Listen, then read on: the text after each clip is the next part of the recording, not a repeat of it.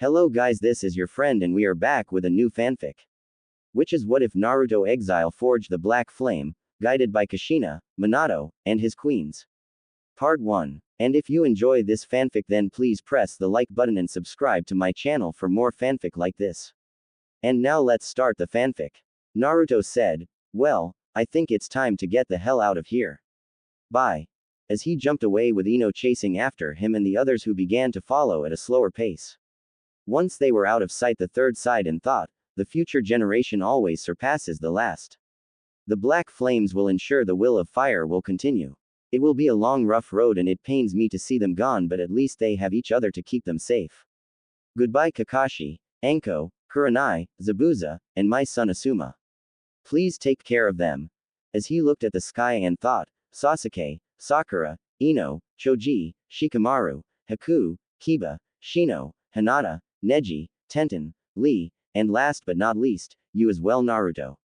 Naruto after he allowed Ino to catch him and hit him over the head slowed down and waited for everyone to catch up and he saw them all looking confused and he said, alright, I want you all to stop right now and listen to what I have to say. As everyone looked at him Naruto said, I don't know what you all think is going to happen from here or what will happen in the future.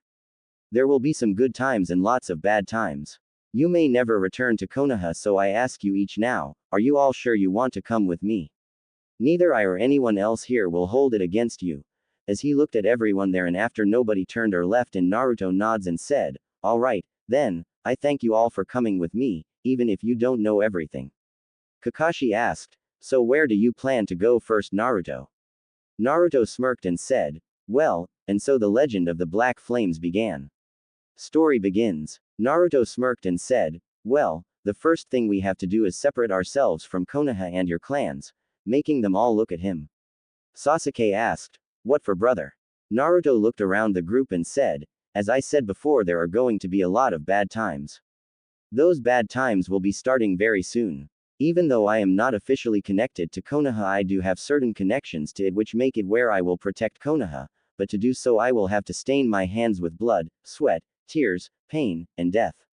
When each of you placed that hate on your heads you all swore to do those things, even if you did not realize it. Now is the time to decide if you are ready for that. As he locked eyes with each of them. Kakashi said, Naruto, you're so much like your father it is scary. As he pulled out his book and began to read. Naruto sighed and said, look. I wish I could tell you more right now, but I can't unless you all understand what you are signing up for. I am going to have to do things that are going to make me sick, things that will scar me for life but they are things that I have to do to protect Konoha and those who live in it so. Sasuke said, just shut up Dobi and get to the point. You're not going to talk us out of going with you, so what is going on? Naruto closed his eyes and said, I just need you all to trust me for a little while and agree to whatever I say because there is more to me being exiled than I can tell you right now, at least until we meet up with the rest of the Black Flames. Catching everyone's attention. Asuma narrowed his eyes and said, what are you talking about Naruto? Naruto snorts and said, I see the old man didn't tell any of you. You're just going to have to trust me for right now. The trees have ears and I can't take the risk that someone might hear what is going on. Kakashi closed his book looking at full attention at Naruto now and asked, afraid the same person who spied on us in Wave might be in the area since none of us detected them. Naruto said, yeah and as best as I can tell we only have two options of who was behind that, Uchiha Madara and Orochimaru, making Anko and as the other Junin freeze and the Genin look confused. Sakura said, the snake Sanin, what about him? Naruto said, our spy network has discovered that Orochimaru is after the Sharingan. Since there are currently only 3 total sets in the world, if you make Kakashi and me a set, that means he will have to come after Sasuke, Kakashi, or me since he would never dare go after Madara. If the information we got is correct on how far he is willing to go to get them, then it could possibly end up destroying Konoha. To protect ourselves in Konoha the Black Flames are going to have to go Black Ops. We can't have any connections to Konoha, we are going to have to depend on and support ourselves. The sound of metal hitting the ground was heard and everyone turned and saw Kakashi had removed the metal hide of his headband and said, he's right. If you are all going to follow him and be a part of the Black Flames you have to be loyal to the Black Flames, not Konoha, not this time. This is a choice that you all will have to make. It is the same choice Anbu Black Ops make when you sign up with them. If you are captured or killed, Konoha denies knowing anything about you and they won't be able to help you, only we can. This is the choice you each are going to have to make. Sasuke snorts and threw his clan symbol on the ground along with his Hayate and said, I have no connections to Konoha. My family and friends are here now. Sakura slowly reached for her Hayate, throwing it to the ground, and said, those who break the rules are trash, but those who abandon their comrades are worse than trash. The original Team 7 reunites. Haku said as she threw hers on the ground, now, new and improved. Zabuza chuckled and said, must be a record, going from missing, to regular, to missing again in less than a week, what the hell, as he tossed his on the ground. Ino threw hers on the ground and said, I am not losing you Naruto, not after everything we've been through, as she looked into Naruto's eyes. Shikamaru sighed and said, troublesome, as he tossed his on the ground. Choji took his metal plate of his headband and tied the headband back on before throwing the plate down and touched the headband as a bag of chips popped out and Ino shook her head and said, so that was where you kept getting your food from. Asuma said, well, Dad always wanted me to go into cloak and dagger shit. Might as well make sure someone has your back. Naruto looked at Team 8 and 9 Tenten threw hers down and said, can't let my boss die because he ran out of weapons, getting a strange look from everyone but Naruto. Sakura asked, what are you talking about Tenten? Tenten said, my family is one of Naruto underworld connections, I am his weapon supplier. The bow for Lee from Demon Country will be ready in 2 weeks' time Naruto. I had to have it custom order so he didn't break it from his super strength. Naruto nods ignoring the shocked looks everyone was giving him and her. Lee said, then I must go as well to show the world the flames of youth burn brightly, even when they are black. Guy said, yes my favorite student, we must show the world the glory of the black flames. Neji shook his head as he took the metal plate of his and threw it on the ground along with his clan symbol and said, for now I am a free bird, until my cage is destroyed, or I am. I will come with you. Naruto looked at Team 8 and said, it's your call now, do we have a united class, or do you want to go back? Kiba growled and said, even strays defend their pack in their own way. I'm not going to let you show me up again Naruto, as he tossed his Hayate.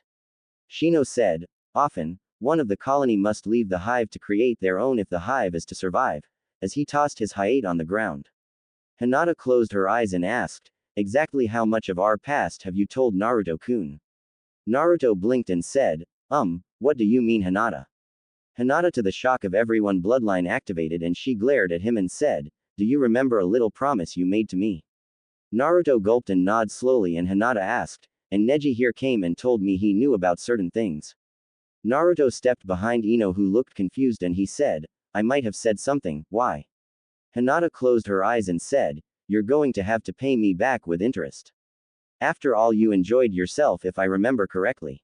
Naruto sighed and Ino said, are you talking about the blow job Hinata? As she looked between her boyfriend and Hinata. Hinata said, partially, I spent several years of humiliation to free Neji here from the branch family and lover boy over here ruined it. Naruto blinked and said, actually, what if I told you I got someone who could remove that seal for you? Would that make us even? Hinata thought a moment and said, you still owe me for my cherry. Making everyone wide-eyed and Ino turned and decked Naruto sending him across the ground.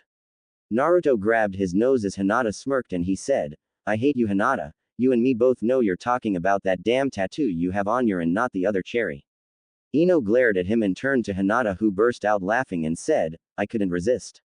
It's your fault for picking a girl with a jealous bone the size of Kumo. Kurenai said, Hinata, I'm shocked you would do that to him. Hinata giggled and Kiba asked, what's come over you Hinata, you're different. Naruto stood up and said, meet the real Hinata, a total pain in my. Hinata glared at him and said, and you were a pain in mine Foxy. You actually had the balls to pull that prank and I paid up by getting that tattoo. Ino asked, will one of you please tell us what the hell you're both talking about? Naruto said, Hinata's father has trouble staying calm when he drinks. In fact he gets drunk real quick. Hinata dared me to use my no jutsu and flirt with her father and get him drunk enough to get a picture of him dancing with a lampshade on his head. If I could do it she agreed to quit planning what she was planning and see someone about getting her cherry covered fixed. Kiba asked, cherry covered. Naruto opened his mouth and Hinata said, My bathing suit had cherries on it and Naruto completed the prank and got me the photo and so I did go see someone about getting my cherry covered fixed. I had someone put a tattoo on my of a cherry getting fixed. As she shot Naruto a glare and he thought, Lair, it was your panties that had cherries on them and by getting fixed you mean that it was a cherry with a band-aid on it, cheater. As everyone processed the info, Zabuza asked, so what's the plan, kid? Naruto said, Anko, you ever do any shopping in towns around the fire country for cloths? Anko looked at him and said, sometimes, why? Naruto said, we need to get some new cloths for all of us, not ones that scream Konoha like you trained me to and all the women need to get, making everyone blink. Ino asked, exactly what the hell is going on in that head of yours, Naruto? Kurenai said, I think you might have spent too much time with Kakashi, Naruto, I don't see a reason for us to change our cloths. Naruto smirked and said, trust me, after all slave girls and hookers don't dress like ninja, as he gave them all a foxy grin. Kiba said, does anyone else feel that we just made a deal with the devil? A week later the black flames were in a canyon standing in front of a cave. Each of the males had a cloak with black flames on the bottom. Kiba was red, Shino was brown, Neji was gray, Lee was green, Choji was silver, Shikamaru was black but the bottom of it had a white outline to make the black flames and Naruto was white with black flames on the bottom and sleeves and the kanji for Dr. 7. The male Junin each had a black cloak on as well with the flames but Kakashi had the kanji for lightning on the back, Asuma had the kanji for knife, Zabuza had the kanji for demon, and Guy had a green cloak a shade darker than Lee and his had the kanji for youth. The women on the other hand, were a little different. Currently each of the genin girls had short miniskirts with shorts made into them, but could not tell that unless they jumped and they were the same color as their eyes, a tank top with a shirt that showed much of their stomach, all in the same color as their eyes. Kurenai asked, so where had us take fashion advice from Anko, dragged us all across the fire country and led us into this ravine to stand in front of a cave. Now will you tell us what is going on? We have been very trusting so far. Naruto sighed as he looked at the group and said, things are not as they always appear. There is someone inside this cave I need to talk to. To even get to see him I have to make it appear as if I am the leader here and that each of you has a purpose to follow me. The problem is that not all of you will be able to come in with me. You will have to wait out here and cover us if we need to make a quick escape. Kakashi asked, so who's going in and who's staying here? Naruto shrugged his shoulders trying to get a kink out of them and said, now Zabuza here is my personal bodyguard. Anko asked, and what about me?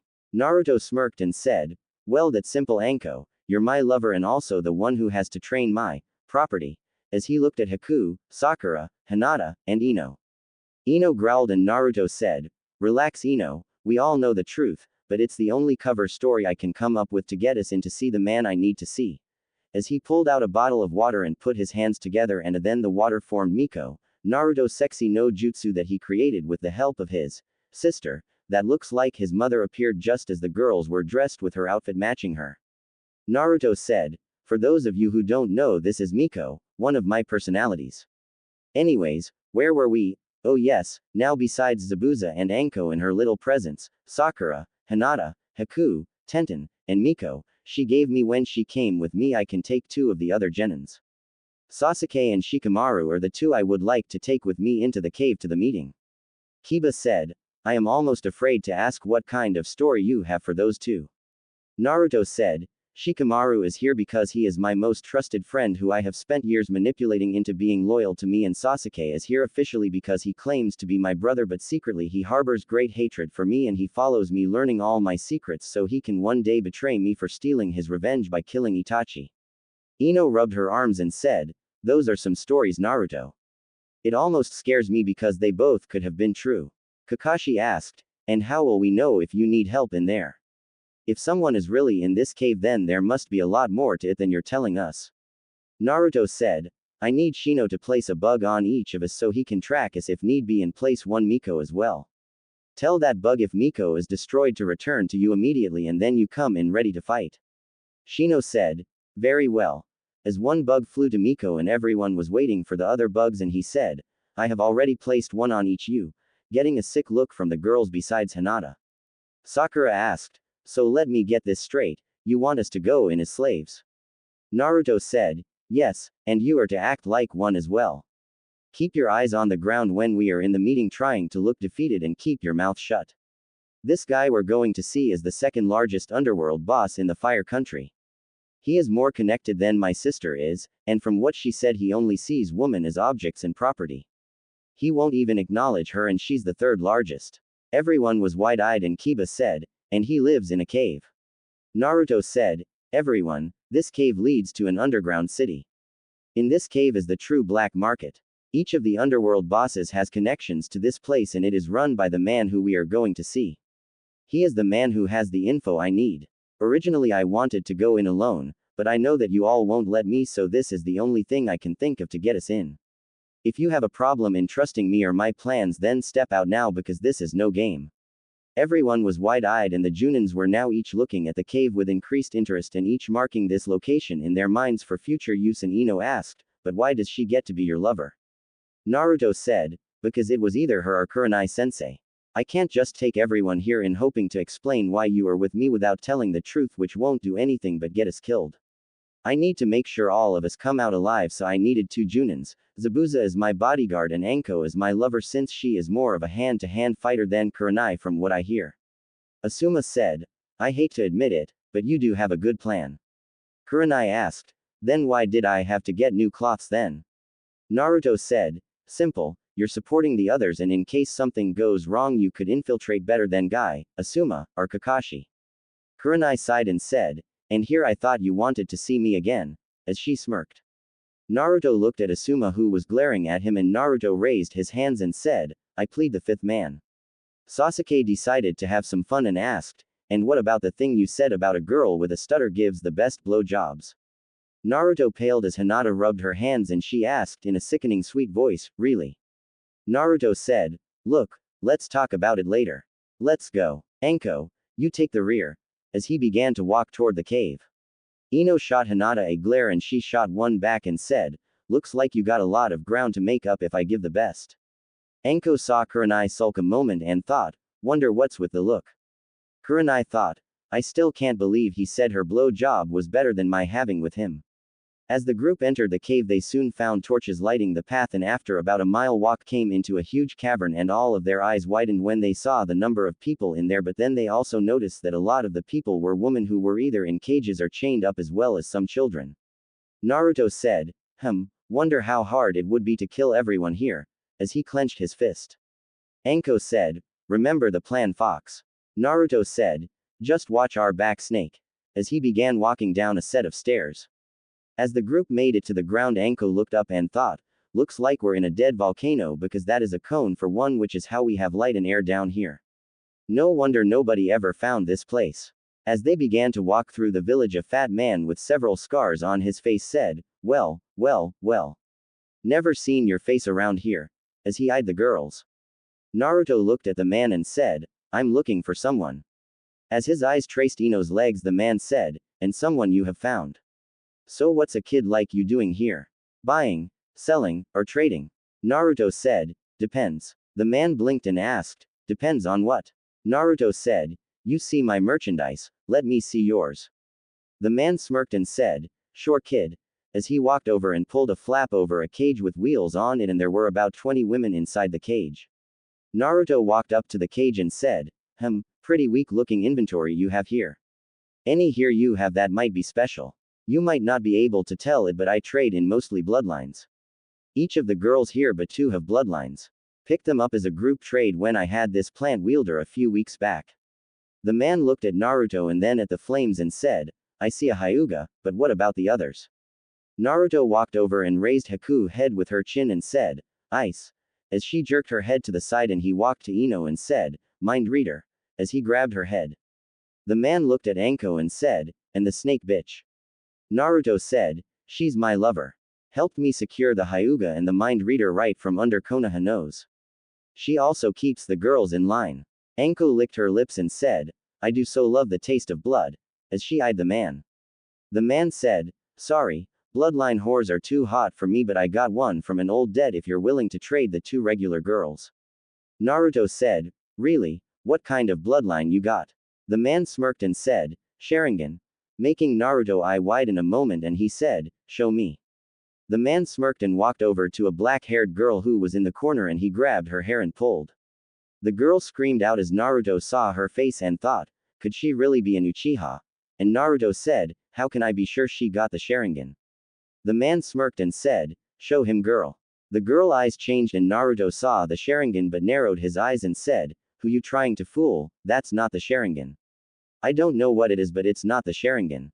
The man asked, and how would you know kid?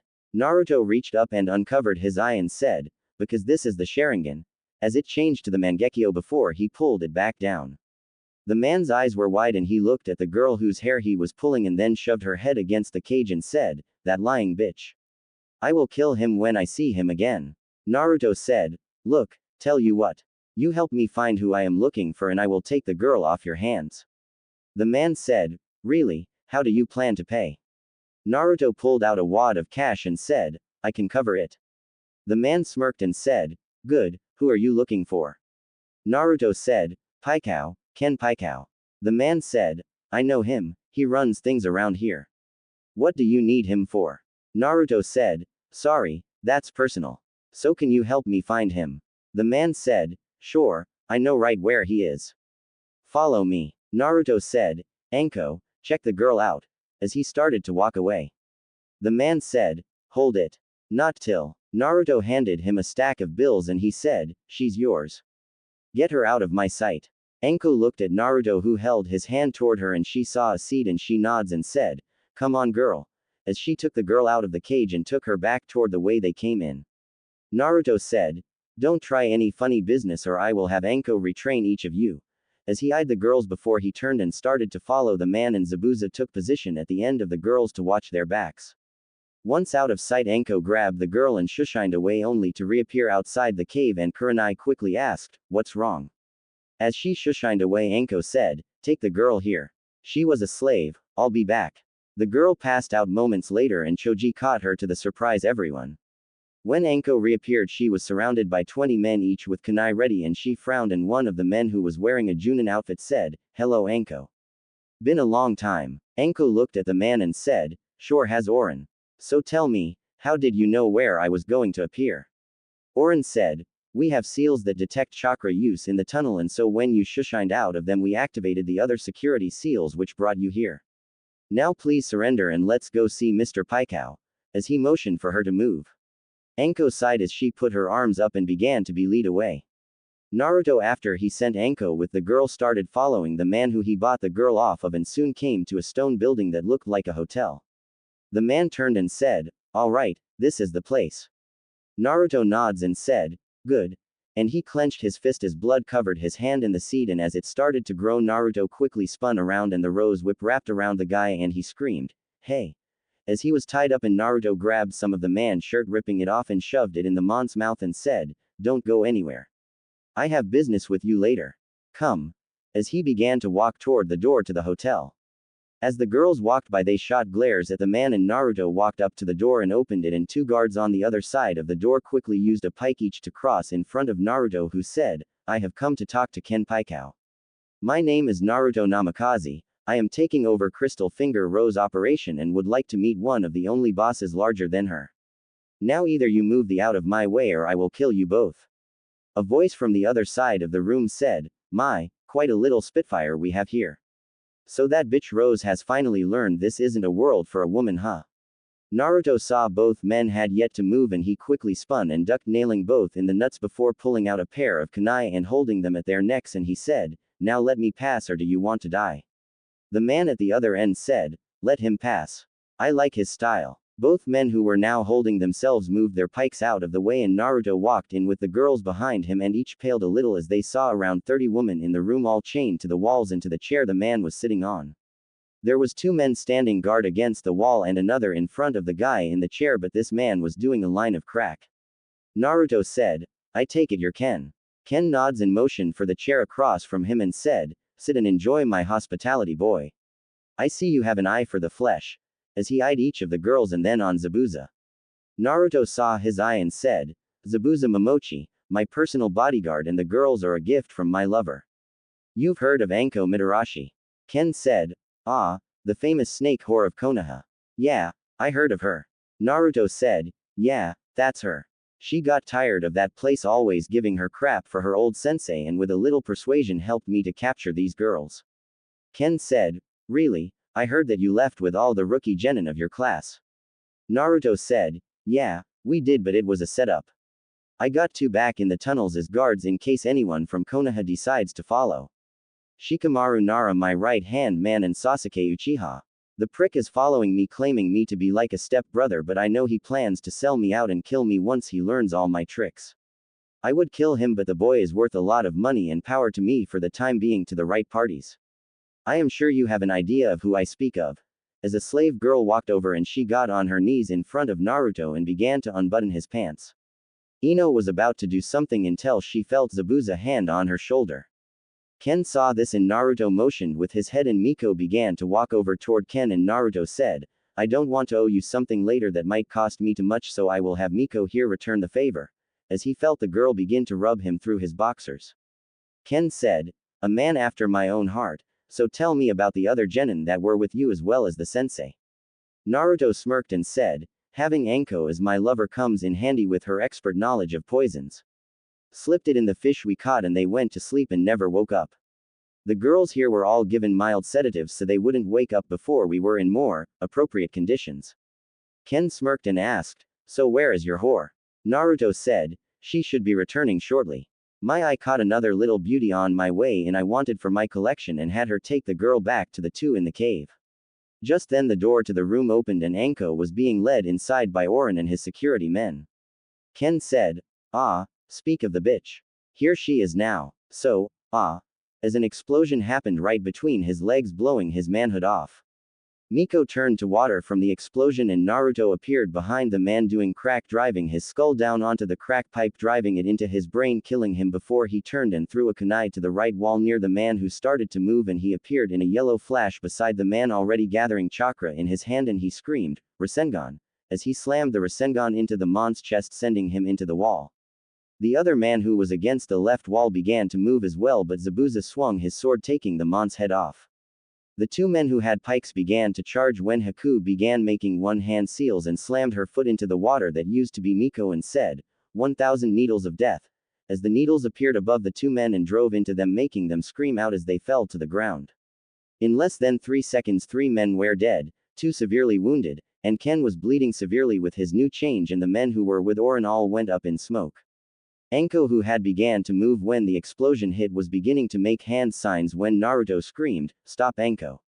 Anko stopped and looked at Orin and then at Naruto and asked, what the hell's going on, Gaki? Orin walked over and stabbed a kunai into Ken's head and shoved the man on the ground as he turned and Naruto asked, good enough? Orin looked at Naruto and said, yeah, Naruto-sama. I guess that was good enough. Rose sent word to me that you would be coming this way. With Ken dead, I will take over the operation here in the underworld city and reroute everything to your operations that was in Ken's operations. Just then Kakashi, Asuma, Kurenai, Shikamaru, Neji, Sasuke, and Guy all barged into the room following Shino, and all were ready to fight, and Kakashi pulled down his hayate and said, what happened? Everyone looked at Naruto, who said, allow me to introduce my information broker. As you all know already, Tenten family is my main weapon supplier. In Konoha I had another information broker who will remain nameless but could give me some info of things classified in the village, but I needed a new one with what was going on. Orin here has been a mole my sister planted in Ken operation 3 years back from what I heard, but his cover been blown recently, so Ken was making plans to eliminate him, so in return for us taking out Ken, Orin here will take over operations here and be able to give us more info and also some supplies. Now you got my info. Orin pulled out a scroll and opened it and said, yeah. According to the info I got, Orochimaru has formed a secret alliance with Suna and plans to use the exams finals to launch a surprise attack from the outside of the village while the Jinchuriki of the Aikibi is to release his demon in the stadium. Everyone was stunned except Naruto, and Anko caught the look Naruto had and said, you knew this? Naruto said, partly. I knew about Orochimaru planning to attack the village during the exams, but I didn't know about Suna or the Aikibi. What you got on the Jinchuriki? Orin said, Sabaku no Gaara is the youngest son of the Yondaime Kazekage. He has 2 siblings, Temari who is the eldest and Kankuro. Temari is fan user and Kankuro is a puppet user. Gaara has thanks to the demon mastery over sand but has no taijutsu or any other skills to speak of. Their Junin sensei is named Baki, second strongest person in the village under the cage. Naruto pulled out the journal of Mirai and wrote in it and said, "You got any pictures of them?" Oren smirked and said, "You expect any less," as he handed the pictures to Naruto. Naruto looked at them and passed them around and said, "Remember them. We're going to be seeing them soon. So what do you have on Orochimaru besides having an alliance with Suna?" Oren pulled out a second scroll and opened it and said, "Orochimaru is the Otokage of the Hidden Sound village north of the Valley of the End. Unlike other hidden villages, Sound is actually divided into 20 smaller bases. There are no civilians in the bases. He's buying bloodlines and slaves for experimentations and sacrifices pretty regularly. I say 30% of all the slaves who come through here go to him." Naruto said, "That's going to change. How hard would it be to spread word to all the slave traders in the city about a business opportunity?" Oren asked. "Depends on how big and how dangerous." Naruto said, 100% guarantee of buying all slaves at wholesale price of $10,000 for 30 slaves. All the Konoha people were looking at Naruto in shock and Oren said, "I can arrange that no problem, but you got the cash to pull that off and where you want them." Naruto said, "Cash is not the option. I got a financial backer who got more money than all 5 hidden villages put together. As for the location, Whirlpool Country. Also spread word that bloodlines from the Land of Mist are preferred greatly and will be paid $15,000 for every 30 they can get. Whole families will be worth $20,000. All delivered to Whirlpool. I will also buy all the slaves that are in the city now at those prices. Payment on delivery." Oren said, "I can get on it right away. Anything else?" Naruto looked around and said, "Yeah, I need you to put something in the bingo books in all the hidden villages." "You think you can do that?" Oren smirked and nods, and Naruto pulled out a scroll and began to write on it, and he said, "Here, this is everything we know on Madara Uchiha and Akatsuki. By putting this in all the bingo books, it will make him moving in the shadows harder." Oren read it and said, "So he's the Mizukage?" Asuma asked. "Naruto, what aren't you telling us?" "I mean we." Naruto sighed and said, interrupting him, "It's 2 days travel from here to Whirlpool. We are supposed to meet the other flames there. When you meet them you will understand exactly why I can't say anything right now. Please just trust me for 2 more days." Kakashi said, "Very well Naruto, 2 days, but then you got to tell us everything. None of us like the idea of slave trading." Naruto nods and looks at Oren and said, "None of this happened. You decided to get greedy and killed Ken after I met with him.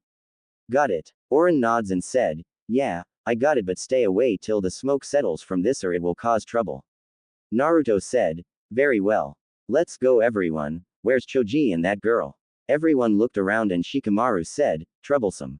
He's still with her outside of the cave." Naruto sighed and said, "Then come on. We got 2 long days ahead of us." As he exited the building, stabbing the man in the neck he tied up earlier, and then walked out the cave with the others following him. When they made it outside, they found Choji feeding the girl, who looked scared when they all walked out of the cave, and Choji said in a quiet voice, "Relax. These are my friends Amy." Naruto walked over and said, "I'm Naruto, who are you?" The girl looked at Naruto and then at Choji, and Choji nods and said, "Her name's Amy, she's from the Land of Water. Her family are all dead and she was captured and sold as a slave. The man you bought her from was the 10th person she'd been sold to in the last 6 months." Naruto looked at her in the eyes and he grabbed his head and screamed, "Stop!" as he flew backwards several feet, falling to the floor. Everyone was shocked and tried to figure out what happened when Naruto was covered in smoke and he was replaced with Miko, who looked around and said, "Well, that was exciting." Ino asked, "What happened, Naruto?" Miko said, "I'm not Naruto. I'm Miko Ino. Remember, MPD. As for what happened, the girl is sort of like your family in the way." When she looked into his eyes, she brought up some painful memories. He couldn't take it and went into shock, so he's passed out right now in his mind. I took over since I seem to be the only one of his personalities that were not hit when she did it. Choji said, "Sorry about that. It happened to me also. She can't talk normally. She has to look at you and she's able to speak with her mind, but if you're not expecting her to do it, then it's like breaking into someone's mind. She literally breaks in, but she has to make eye contact. Right?" As he looked at her. After a few seconds, Choji turned and said, "She says she's sorry for hurting Naruto. When she tried to talk to him, she didn't know he had multiple minds in his head, and when she tried to talk, they all linked together." Miko said, "Except me. I've always been separated from the others for some reason. Kakashi sighed and said, can she travel Choji? Choji looked at Amy and said, she says her ankles broke. I can carry her if you all want me to. Kakashi said, yeah, that might be best. Miko, do you know where Whirlpool is? Miko said, normally I would, but all Naruto information is sort of screwed up at the moment. It's like he went Cage Bun Shin happy on the public library. Guy said, looks like we were right about his mind then Kakashi.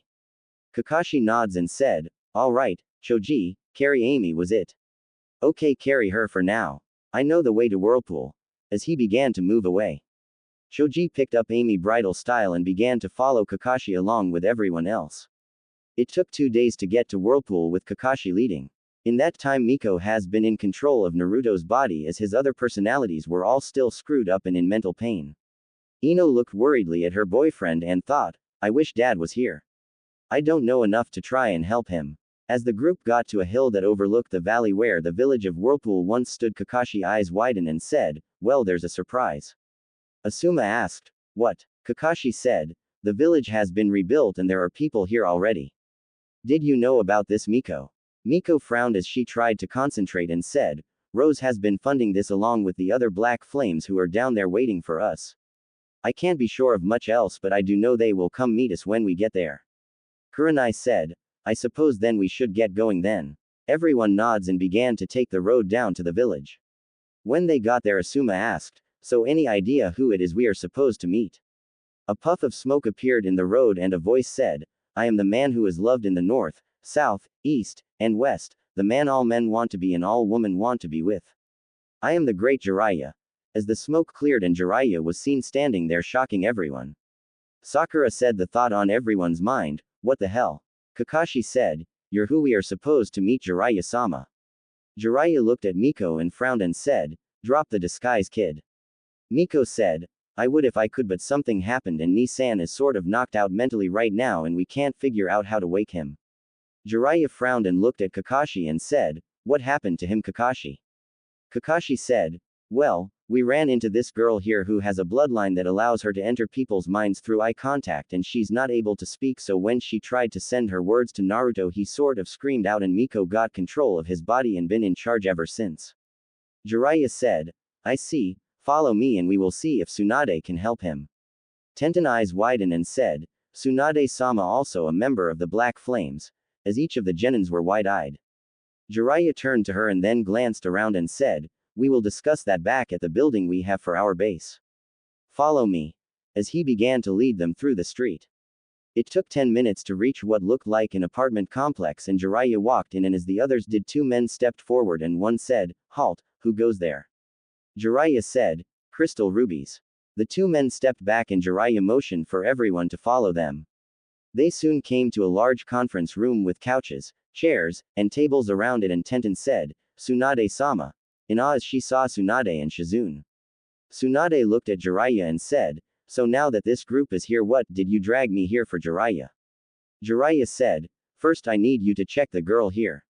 She's really Naruto Uzumaki and he suffered a form of mental attack thanks to that girl's bloodline and one of his alias have taken over his body and claims the real him is knocked out. Once he recovered we can get down to business.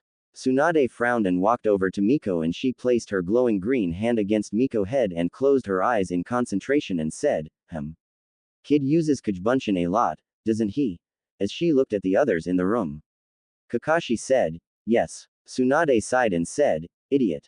The Kajbunshin no jutsu wasn't classified a kinjutsu because of the chakra danger or the mental backlash problem. It was classified a kinjutsu because of the fact it causes brain tumors. Did they know about his healing ability? Sasuke said, if you're talking about Kyuubi then we all know. Tsunade said, I see, yeah, the Kyuubi most likely helped to keep this problem from surfacing by replacing the damaged cells in his brain, but his body still had the old tumors still there and when whatever that girl's bloodline did it shoved Kyuubi chakra out of those areas and shoved her own into his brain, so she's locked Kyuubi out from repairing the damage caused.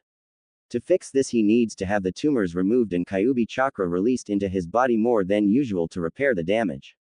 Miko said, that might be a problem. Ni-san basically told Kyuubi to kiss his blonde and after what happened with the Sanbi I doubt Ni-san would want any of Kyuubi chakra in his system as well. Couldn't you just repair the damage yourself like we were just any normal human? Tsunade frowned and said, I guess I can, but there's not as much of a chance the surgery would be successful if I was even willing to do the surgery in the first place.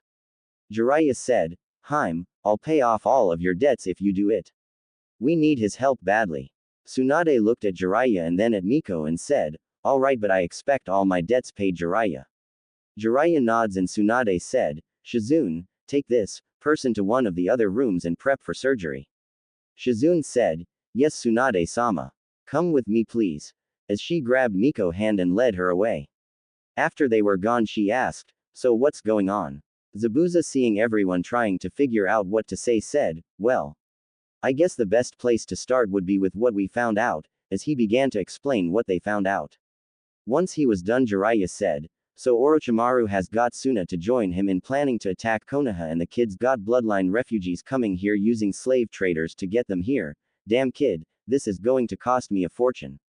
Kakashi asked, What exactly is going on, Jiraiya-sama?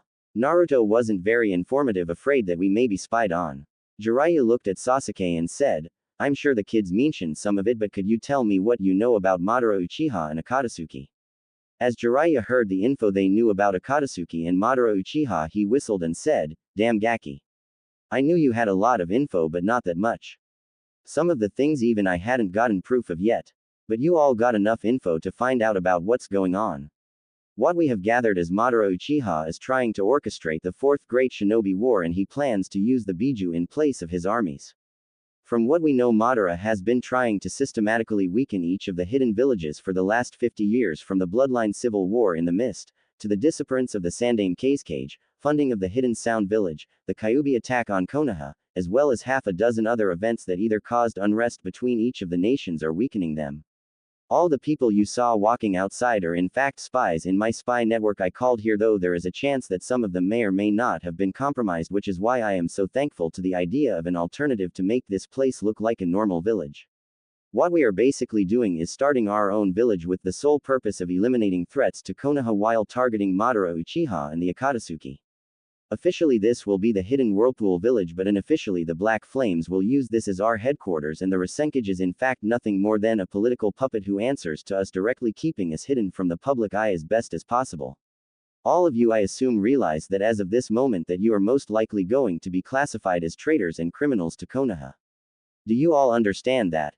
Kiba said, Yeah. Naruto basically told us that what we were doing couldn't be linked back to Konoha and we were totally black ops and gave us the option of backing out.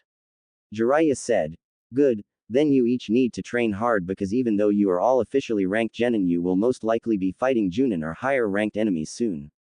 Officially I'm not here. I have no connection to you, but Tsunade, you and Shizune will both have to become traitors to Konoha.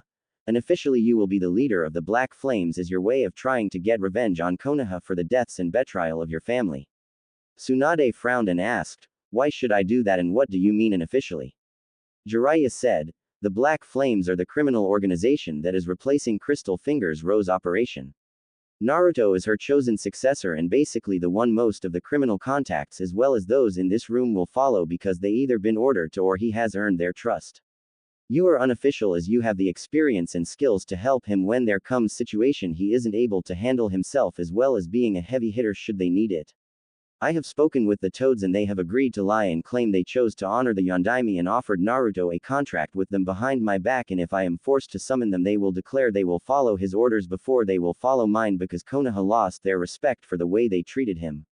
Naruto will still have to prove himself to Gambunta though. If any of you have summoning contracts, then you should contact them and inform them. Speaking of, how many of you actually do have contracts? Asuma said, I have monkeys. Hinata said, falcons. Surprising everyone, and Neji asked, how? I thought that we were not allowed to sign contracts. Hinata said, it belonged to my mother. Guy said, turtles. Kakashi said, dogs. Sasuke frowned and said, I have ravens since Itachi dead and I can get another, but I won't be able to sign it since I want ravens. Jiraiya asked, what is it? Sasuke said, cats. Ino frowned and said, can anyone sign that contract, or does it have to be an Uchiha? Sasuke said, I don't really know. I would have to ask the cat lady at the old Uchiha city. Tsunade said, the one your clan had during the clan wars. Sasuke nods and Tsunade said, I see. I'm surprised that nobody tried to get that one yet. Anko said, well, I got snakes. Kurenai sighed and said, this. I'm the only Junin here who doesn't have a contract. Jiraiya said, not yet. Kurenai asked, what do you mean not yet? Jiraiya pulled out a scroll and unsealed several other scrolls and said, these are list of known contracts and who has them as well as which ones currently doesn't have summoners. When the kid is able, I am going to get him to have those that are free, liberated from wherever they are. A voice from behind them said, no, we're going to have my men steal them for us. Causing everyone to turn and see Naruto standing there, but he looked weak, and Shizune next to him and Tsunade said, that was too quick. What happened? Shizune looked at Naruto and said, the girl's chakra was the problem. As soon as I removed it from his brain to sedate him, he reverted back to normal. Naruto frowned and said, almost normal. I'm afraid my brain sort of fused my other personalities together, so I am sort of the doctor and my other personality as well as myself. Tsunade asked, the doctor? Looking confused. Anko said, it's the personality he had that took over when he had to do torture and interrogations. I'm damn proud of him. Naruto rubbed his head and said, so did I miss anything? I assume we're in Whirlpool. Ino said, yeah, we are. Jiraiya said, it's good to see you again, Naruto. Naruto said, good to see you also, Ero-sanin, causing the older nins to snicker and the genin to look shocked. Jiraiya said, you ever going to stop calling me that? Naruto said, are you ever going to quit peeking on women? Thought so. So did the toads agree. Jiraiya said, yes, but Gambunta wants to test you to make sure you are worthy. Naruto nods as he walked over and sat down and asked, anything else I should know about? Kakashi said, Tsunade will be the unofficial leader of the Black Flames, so she can help you when you need someone with more experience.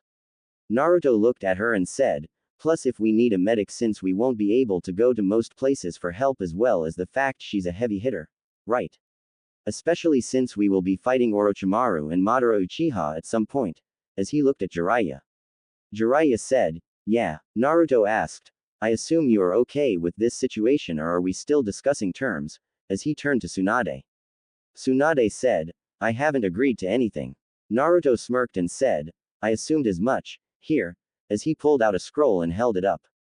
Tsunade looked at the scroll and asked, what's that? Naruto said, you're aware that Orochimaru was doing experiments on the Shadaime bloodline, from what I am told. Are you aware of how he got a sample of it? Tsunade frowned as she took the scroll and began to read it, and her eyes widened and said, that bastard. I'll kill him. Jiraiya asked, what's wrong, Haim? What's in the scroll? Tsunade handed Jiraiya the scroll and his eyes widened at what he read and said, impossible, why didn't Sensei ever inform us about this? Naruto said, Gigi was holding it in case there ever came a time when he had no choice but to call Tsunade back to active duty. He didn't want her to feel pain and suffering over what happened any more than she already had, so he kept it quiet until now. Ino, being the curious one, she is asked, what is it? Tsunade closed her eyes and said, while I didn't have my grandfather's bloodline, I did carry the genes for it. A few months after my fiancé death, I found out I was pregnant. I'm a scary though. Orochimaru. He got the sample from. I can't say it. Naruto said, I think we all know what you're saying, Tsunade. I know this is low of me to use this info like this, but we need your help desperately. Even if it is only long enough to deal with Orochimaru. He's got an entire village and an ally with Suna to protect himself. If you tried to go after him yourself, and while you are very strong and skilled, eventually the numbers would overwhelm you and Orochimaru could finish you off, or you would be killed before you even got to him. As he got up and placed his hand on her shoulder. Tsunade, who was glaring at the scroll, said, I want him myself. I'll help as long as I get to be the one who takes him out. Naruto frowned and said, only if you allow Anko to be your backup. She's been hurt by him as much as you have and deserves a chance to take a limb or two. Tsunade frowned and said, fine, what do you need me to do?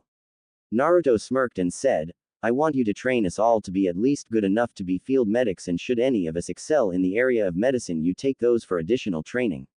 Likewise, I want Anko to verse each of us on poisons encounters. Kurenai will help make sure we can at least detect and dispel any genjutsu we encounter, and Guy will work with us on our taijutsu to make sure we each have a good enough skill set with taijutsu to take down Chunin at least. Kakashi Sensei will work with us on our elemental affinities, giving us several offensive and defensive jutsu, and Asuma will work on strategy, and Zabuza will be kenjutsu. I know you're not going to be here much Ero Sanin, but I want you to at least write us up some scrolls on seals where we can each make exploding tags, storage seals, blood seals, and privacy seals. I also want any you have on chakra suppression seals, especially if you have any dealing with Biju or Jinchuriki.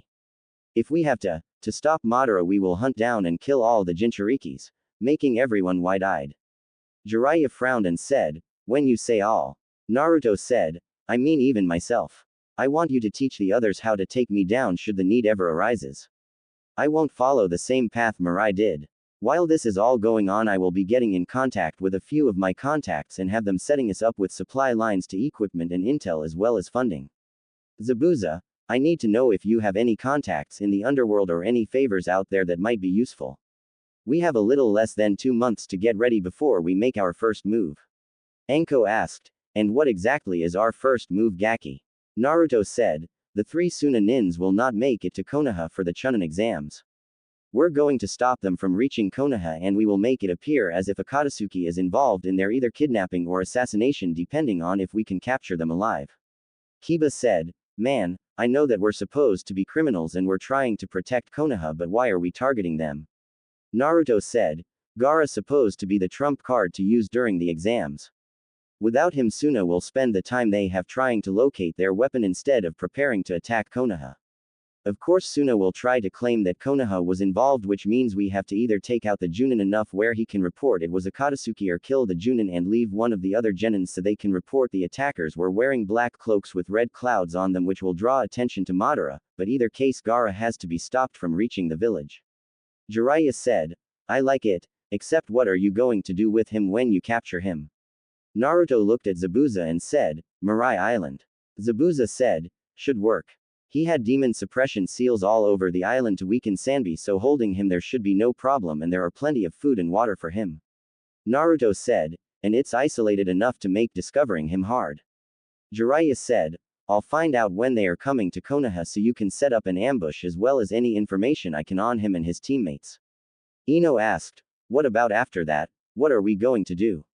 Naruto thought a moment and said, if I can get my contacts to in the black market, I would like to make things hostile between Sound and some of the other villages around Ricefield country so that way the leaders of those villages will want to send a message to them. If we can frame them for some attacks on their villages, we can get them to maybe eliminate the Sound team in the exams. It's too risky for Gigi to do it since there may be spies in Konoha. Kiba said, man, how the hell are you coming up with this crap?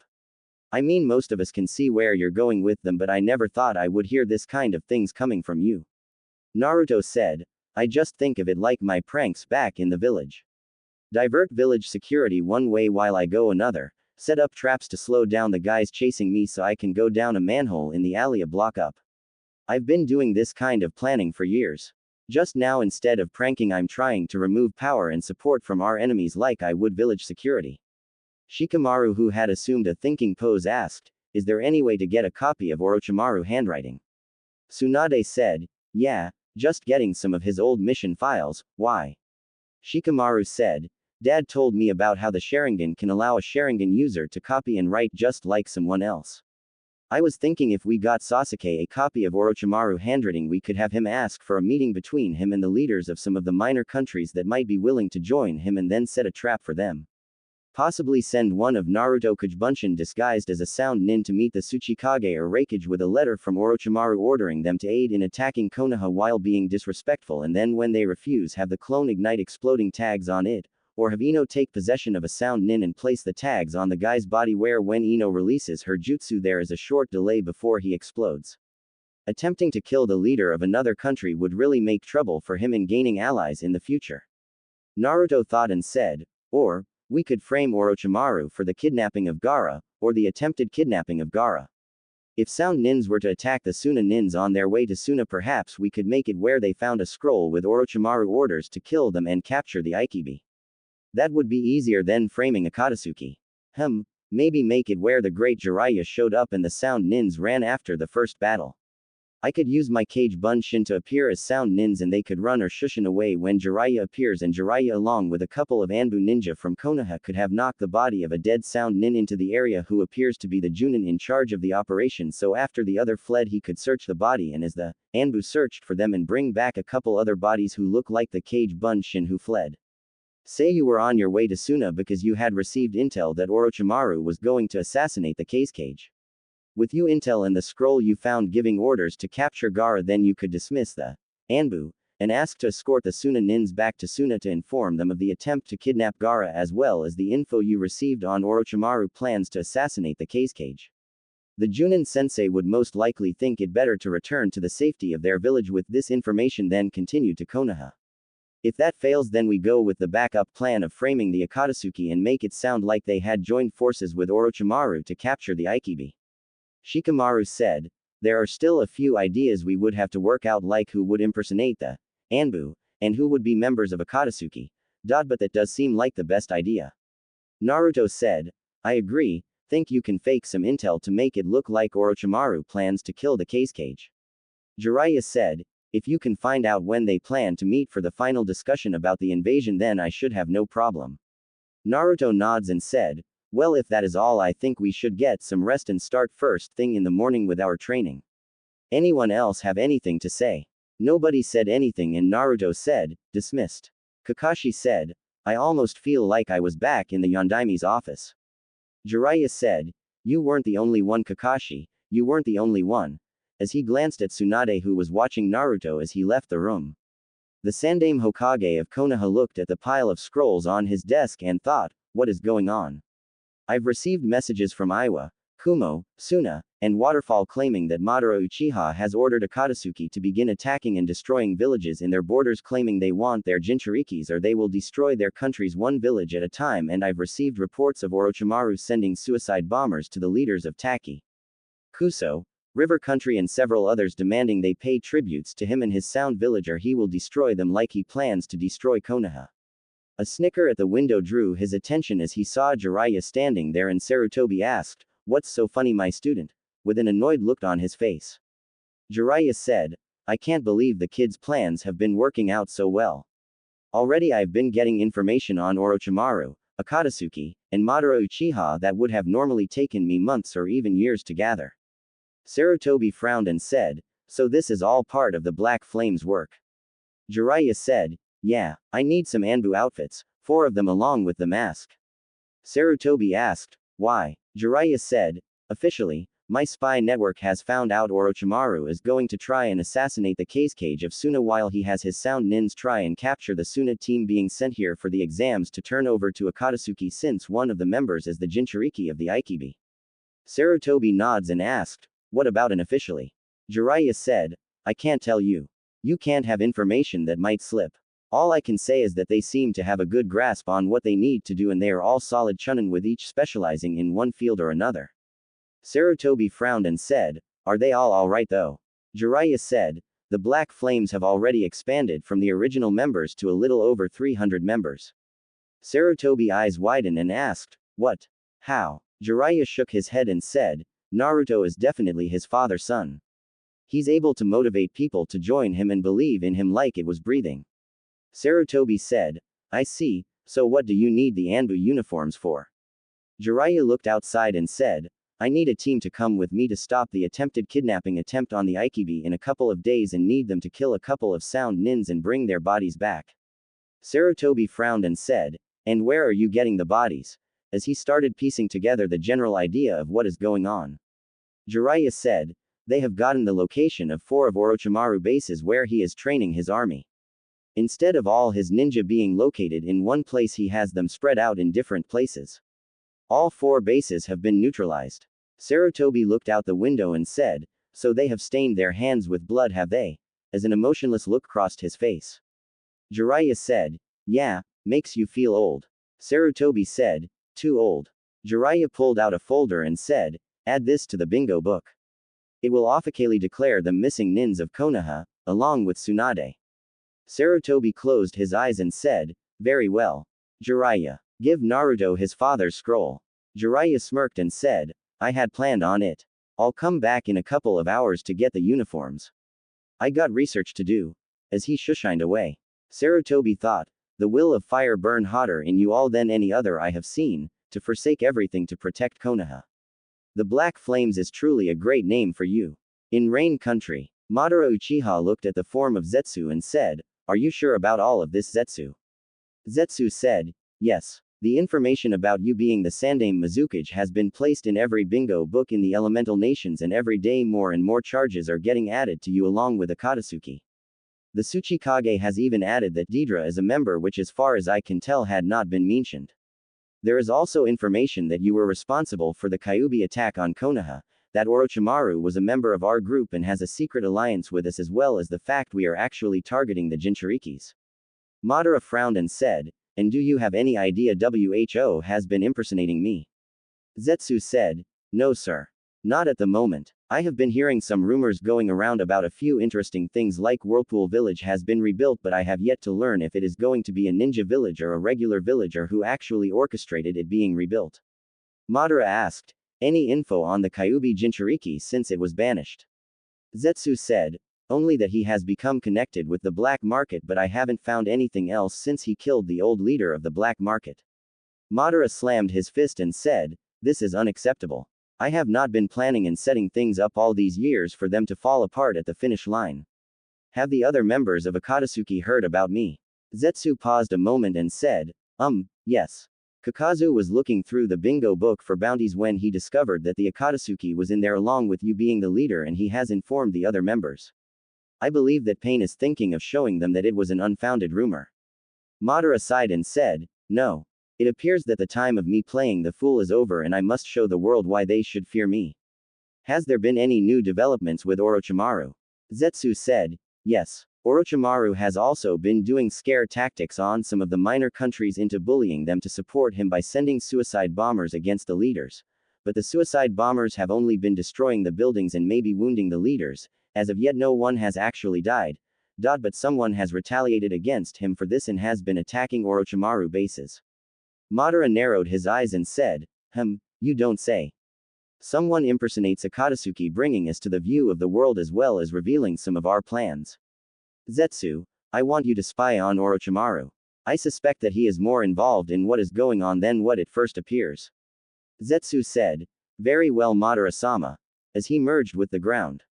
In the Sound Village, Orochimaru removed the blade from the chest of a Sound Nin who had just reported to him about the destruction of another of his bases, and Kabuto said, don't you think it is unwise to kill off another of your nins with our forces already taking several losses, Lord Orochimaru, as he pushed up his glasses.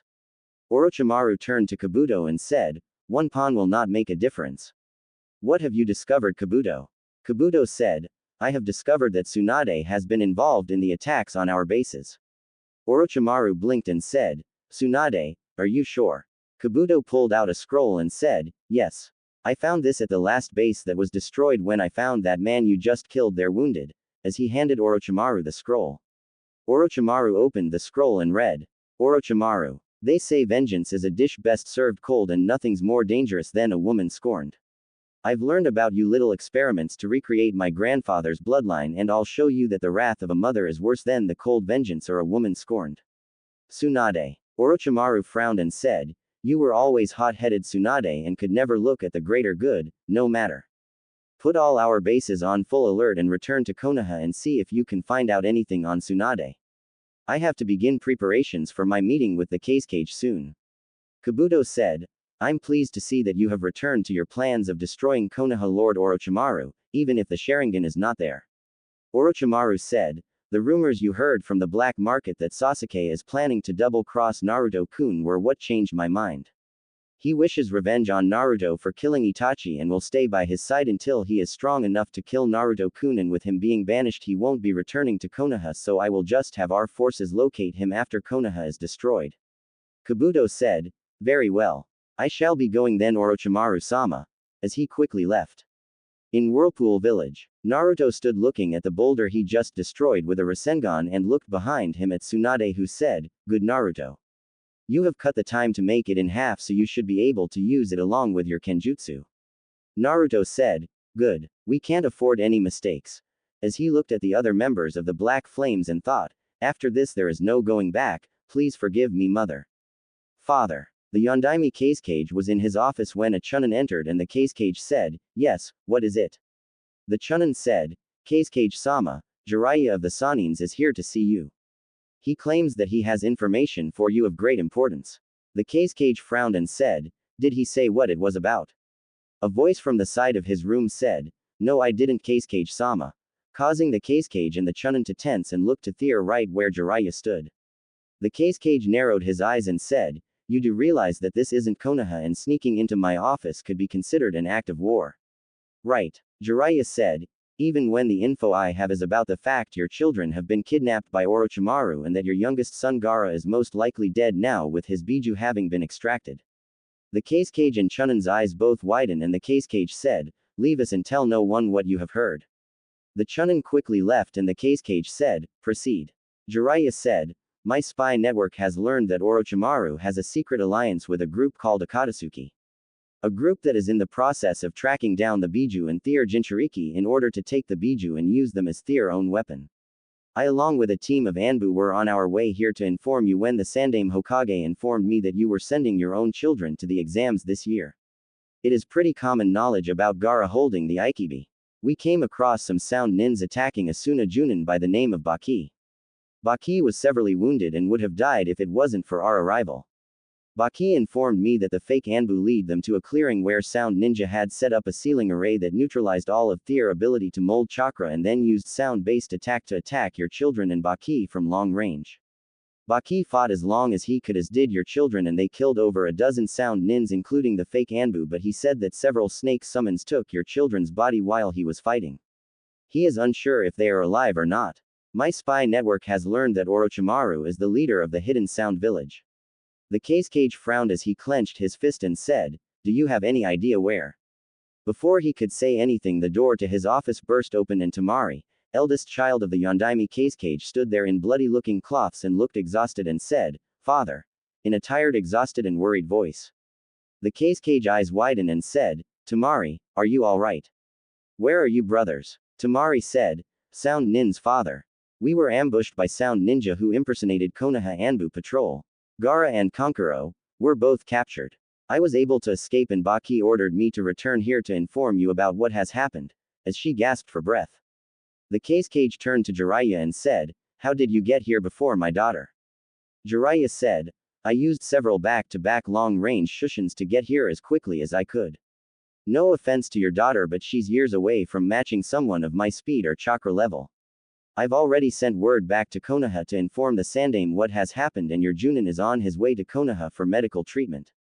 Konoha will do all in its power to help you with trying to track down your sons. The Cage said, thank you. The loss of my sons as well as the loss of the Aikibi are both troubling matters. Do you have anything else to report? Jiraiya bit his lip and said, look. I shouldn't be saying this since it's a Konoha matter, but, have you heard about the Black Flames? The Cage looked confused and said, no. Jiraiya said, have you heard of Naruto Uzumaki? The Cage eyes widened slightly and said, the boy who killed Kisame Hoshigaki and Uchiha Itachi.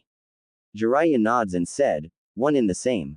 Naruto Uzumaki is also the Jinchuriki of the Kyuubi no Kitsune. He's also the son of my late student Minato Namikaze. The Black Flames was originally created by him after his near capture by Itachi and Kisame, who were both members of the Akatsuki.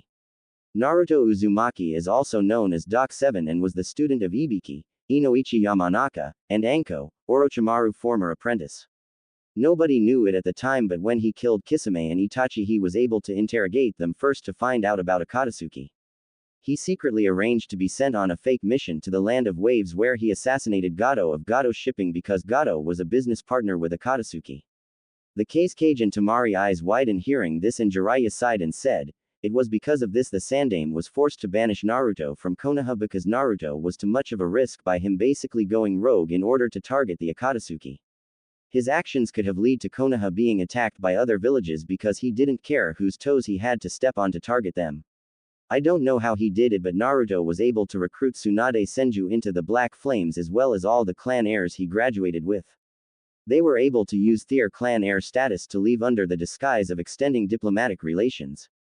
Since Naruto was Minato's son, Hitaki Kakashi, the only surviving student of Minato, also defected in order to guard him in memory of his father. Naruto was able to get Anko to go with him also after he revealed that Orochimaru was one of his targets, as he was a member of Akatsuki and is partnered with them. Naruto has also recruited Zabuza Momochi into the Black Knights. The Kazekage said, "Why are you telling me this?" Jiraiya said, "My spy network has learned that the Black Knights have already become the second largest underworld crime organization in the world and has been targeting Orochimaru's bases. If your sons are alive, they might be able to find out where they are or save them, but I have no idea what they would ask for in return or if they would be willing to help at all. I don't even know where to find them. Despite the age of the leaders of the Black Knights, they are not a group to be taken lightly. Even my own summons have betrayed me. Gambunta has swore that if it came to it, he would choose Naruto over me, since he feels he owes Naruto out of respect for Minato's memory, and he nor any other toad will help me track them down." The Kazekage said, "I still do not see why you would be willing to tell me all this. Shouldn't you be hunting this group down and capturing them if what you said is true?"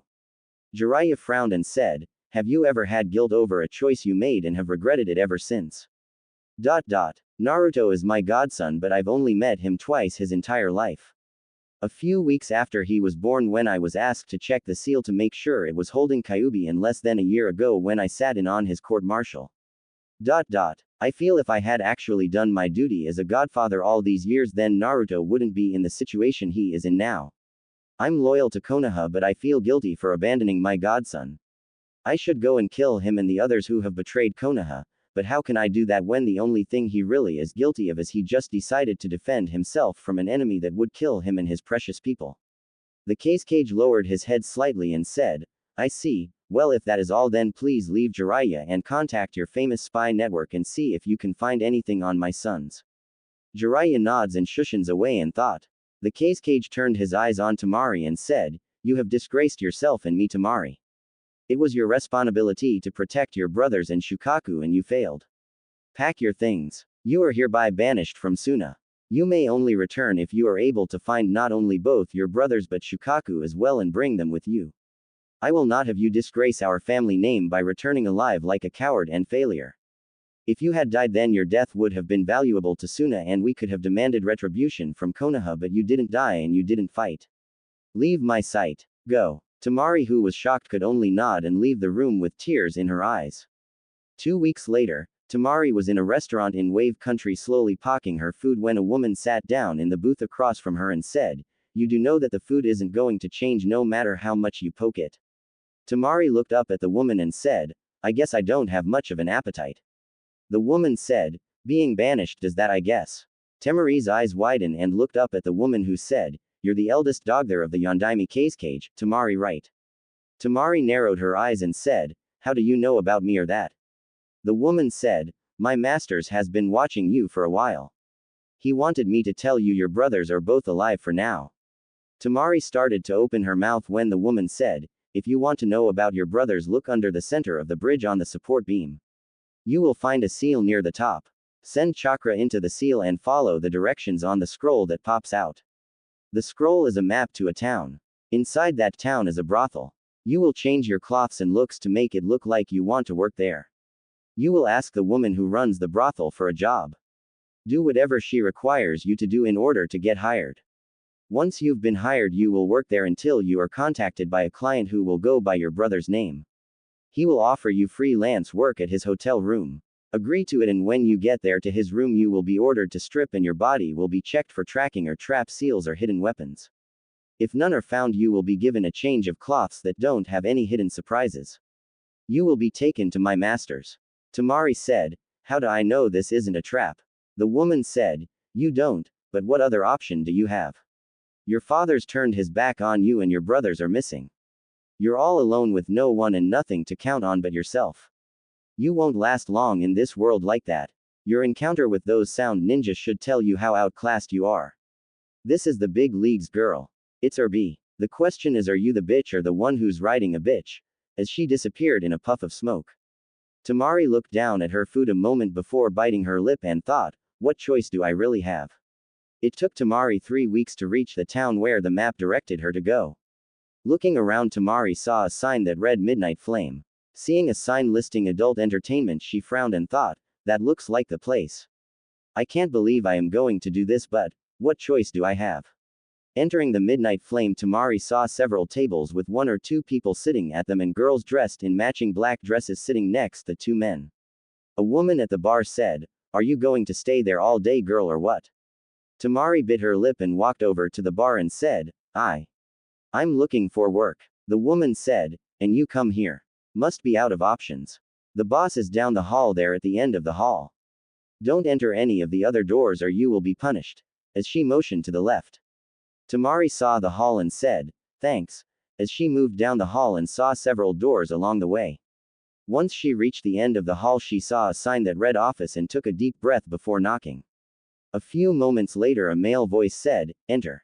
Temari opened the door and walked in and saw a teenage male with a bucket hat on his head and a pair of red sunglasses on his face with a loose cotton shirt on, and the teen said, "Are you coming in or what? Hurry up and close the door either way," without looking up from the paperwork he was doing. Temari closed the door and said, "Hello, I'm." The teen looked up and said, "Are you here to file a complaint?" Temari said, "No, I." The teen said, "Then are you here to thank us for our service?" Temari said, "No, I." The teen said, "Are you a vendor or seller?" Temari got a tick on her forehead and said, "I'm looking for a job, quickly." The teen said, "That was my next guess. We don't get very many people in the office here. The name's Cage. I'm the owner of the Midnight Flames. Now, since you're here for a job, listen. I run a strict but firm operation that is catered to serve the public but also protect those who are employed by me. Because of this, inside these walls, the rest of the world doesn't exist. Those who are employed by me are usually looking either for a chance at a new life or want to hide from the rest of the world. I won't tell you who or where, but I've got people who are either former slaves, to orphans, to even missing ninja whose only crime was to stand up for what they thought was right. Inside these walls, that world they lived in does not exist. In here, when you are hired by me, you create your own name and identity. You could make yourself be anything from a famous movie star to a feudal lord's wife who's looking for a fling without her husband finding out to dominatrix who's looking for some men who like it rough. You understand? Now, I don't care what your real name was. If you want to be hired here, then you must give me a new name that you want to be called, because that is the name you will have from now on while employed by me." Temari said, "Why do you do that?" Cage said, "Because if someone comes here looking for someone and they give me their name, then I can honestly say I've never heard of them.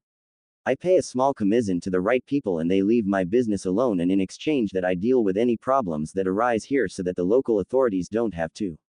I can tell you're a ninja girl or was a ninja. Odds are by your age you were either a genin or a chunin and something's happened in your home village and you don't or can't be there anymore. Now, I don't know what village you are or what your name is, so I can honestly say I don't know. I also wear these glasses all the time, so I can't tell what color your hair or eyes is either. I don't care what reason you left your village for, but if you are here for a job, then think of a name for me to call you by. After that we can begin to discuss business. Just don't give me your real name, because if I find out you did, you will be punished severely." Temari said, "I see, call me Materi." Cage said, "Very well, Materi. Now, as I said, I run a strict but firm business. You work for me, you live in my world. I provide a room for my employees to live in for $20 a day. Since it's just you, you will get a twin-size bed in a single room and a small bathroom with its own tub and shower. I don't care what your personal hygiene preference is, but here you will make sure you shower every day before work. You will wear perfume that is provided for you with your uniform, which is also provided, and your uniform will be worn while you are on duty. No exceptions." Temari nods and Cage said, "Now I know because of your age you might be inexperienced. Don't feel bad about that, because a lot of my employees start out that way and some when they leave here are still as inexperienced, sometimes even still virgins." Temari blinked at this as she blushed slightly, and Cage said, "While we promote an adult fun, we do not force it here. If you wish to try your luck in seducing a client, then do so at your own discretion." Temari nods and Cage said, "Now when a client comes in here, they have to change their cash into tokens. The girls who serve at the tables do not ever actually touch cash from a client. A bouncer at the door during busy hours or the bartender during slow hours like now will change the cash for tokens. We do this for several reasons. One is so our girls don't have to worry about being robbed or fear dropping their money. Another is because our clients don't realize how valuable those tokens really are and will spend them faster than they would regular cash. This will cause them to cash in more money to continue to have fun, which means more profits for the girls and for me. Now the tokens we use are only good at the Midnight Flames establishments, meaning if a client takes the tokens home then they can't spend them anywhere else, so that's just cash that we get to keep. Temari said, pretty smart. Cage said, thank you. Now every new female employee starts off as a server at the tables in the main lounge. If you get good enough that the manager feels you are ready and been here long enough, they will move you to a waitress in the casino part. That is where the big money is, but because it is so much more valuable to be there, only those who serve loyally for a time get to go there. Now as a server, what your job to do is get a client to drink and eat as much as possible. The prices for all the food and drinks are on the table under a clear glass top. When a client orders the food, you get the tokens for it and take it to the bar along with the order. Everything is rounded off to even money. You give the bartender the order and the money, and the bartender will give you the food and drink, and you return to the client and serve them and try to get them to order more. The best way to do it is to try and get several small orders like drinks first and then appetizers, then the main course, more drinks and desserts and more drinks. The more times you can get a client to send you to a bar, the more times you are making money. Cage saw Temari about to open her mouth and said, before you ask, the food is at higher prices and all our tokens are in denominations of $5. You know, $5, $10, $15, etc. A drink would be $3. The client gives you a $5 token. That's $2 change. Change is never taken back to a customer. That rule is written on the menu on the table, and if a customer has a problem with that, then they can come see me or the manager.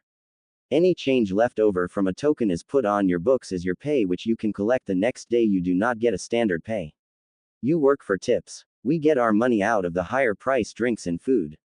The reason we do this is not everyone I have employed for me stays in the rooms I provide. Some have homes elsewhere or have family they need to support. If you tried to leave here with your pay at night when people are drunk and looking for a good time, you might be robbed and raped. For your safety, that is why we wait to pay you the next day anytime from 10 a.m. till noon. Your $20 rent is taken out before you are paid, so you don't have to worry about it. If you don't collect it, then it will just be added to your next night's books. Temari said, what about eating? Cage said, a lot of the girls here try and get the clients to buy them food and drinks to keep them company longer and to spend more money. To keep fighting between girls down, you are assigned one client when they come in and one table. Until they leave, either to go into the casino section or leave to go home, that is your only client. Getting them to spend their tokens is your main job. Now remember when I said that if you try to seduce a client, that you do so at your own discretion. You don't have here, and whatever you charge the client is up to you, but the moment you leave this building you are no longer under my protection. That is why I provide the uniforms for you, so that you will remember that while here you serve me and I protect you. Understand? Temari said, yes, Cage.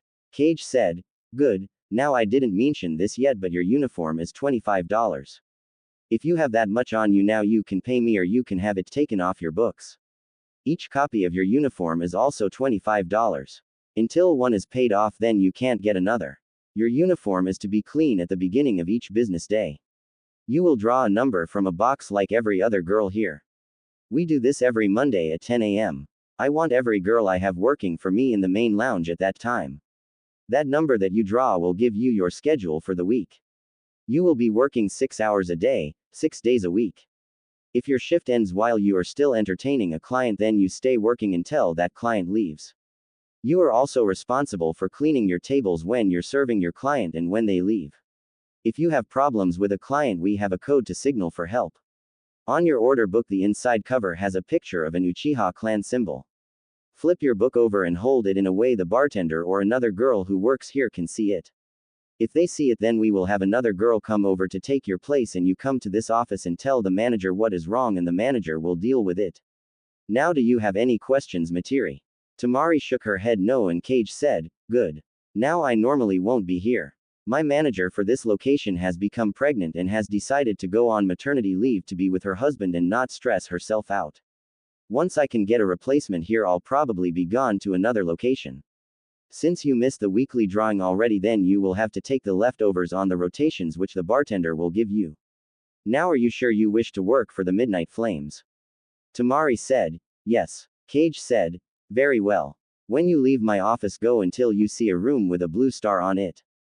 That is our supply coordinator. She will assist you in getting your uniform and also showing you the room you will be given if you want to stay here. Good luck and welcome to the Midnight Flames.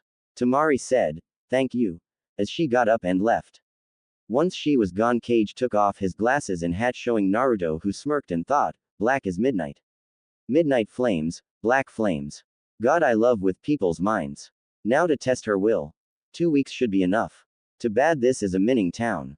The miners come in here looking for a good time since we opened up and can get pretty rowdy. Just enough to see if Temari will can be broken.